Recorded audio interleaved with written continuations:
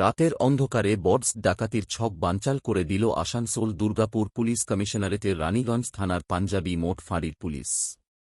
গোপন সূত্রে পাওয়া খবরের ভিত্তিতে অভিযান চালিয়ে একটি চারচাকা গাড়ি থেকে আগ্নেয়াস্ত্র, তাজা কার্তুজ এবং একাধিক ধারালো অস্ত্রশস্ত্রসহ 4 দুষ্কৃতীকে গ্রেপ্তার করল পুলিশ। বুধবার রাতের পুলিশের এই অভিযানের সময় সুযোগ বুঝে পালিয়ে যায় আরও 2 দুষ্কৃতী। তাদের সন্ধানে ইতিমধ্যেই তল্লাশি শুরু হয়েছে। পুলিশ সূত্রে জানা গেছে, বুধবার রাতে একটি চারচাকা গাড়িতে করে 6 জনের একটি দুষ্কৃতী দল পাঞ্জাবি মোড় ফাঁড়ি এলাকার বিভিন্ন জায়গায় ঘোরাঘুরি করছিল।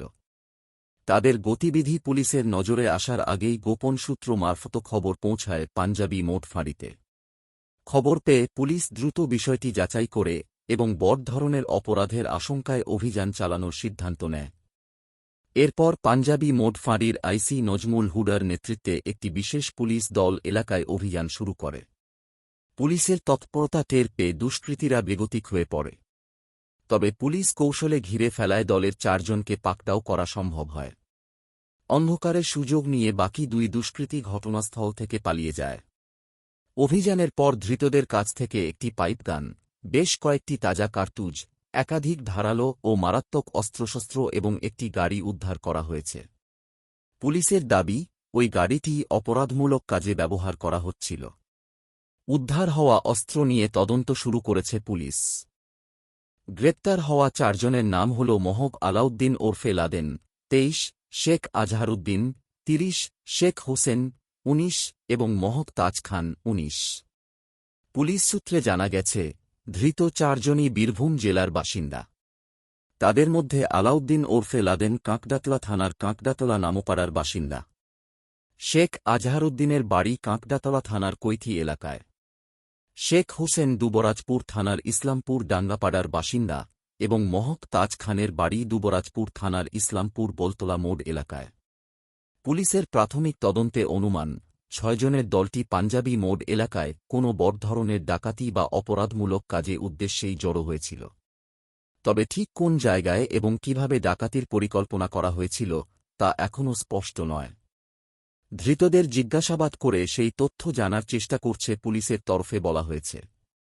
বৃহস্পতিবার ধৃতদেরকে আসানসোল আদালতে পেশ করা হয়েছে। এদিকে পলাতক 2 দুষ্কৃতীর পরিচয় ও অবস্থান জানতে তদন্ত চালানো হচ্ছে। তাদের ধরতে বিভিন্ন এলাকায় তল্লাশি শুরু করেছে পুলিশ। একই সঙ্গে ধৃতদের সঙ্গে কোনো বড় অপরাধ চক্রের যোগ রয়েছে কিনা, অতীতে তারা অন্য কোনো অপরাধে জড়িত ছিল কিনা এবং এই দলে আরও কেউ রয়েছে কিনা, সব দিক খতিয়ে দেখা হচ্ছে।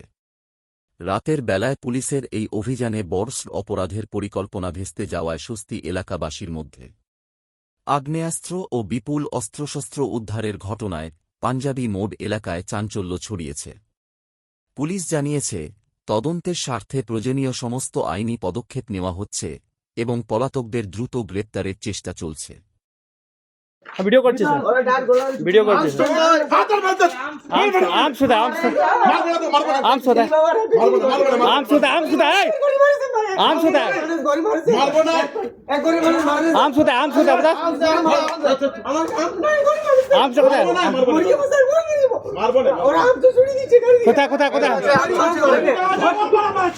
ওরা ছুরি দিয়ে গাড়ি দিয়ে আমাকে চেক করে রাখা আছে বেটা চেক করে ওই হাতে দাও তো তুই চেক করে বড় মার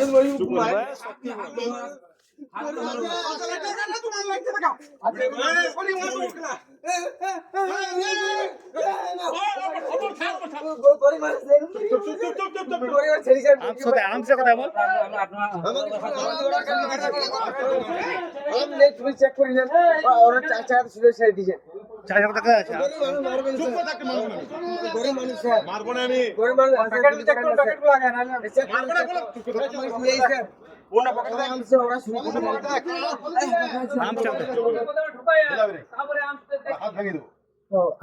বল হাটে কোন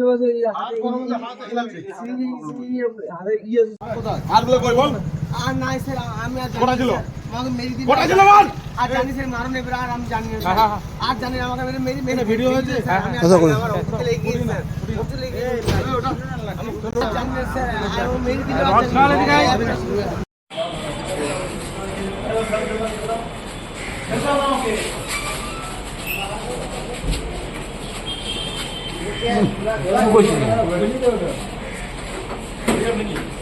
কি করতে এসেছিলে তোমরা?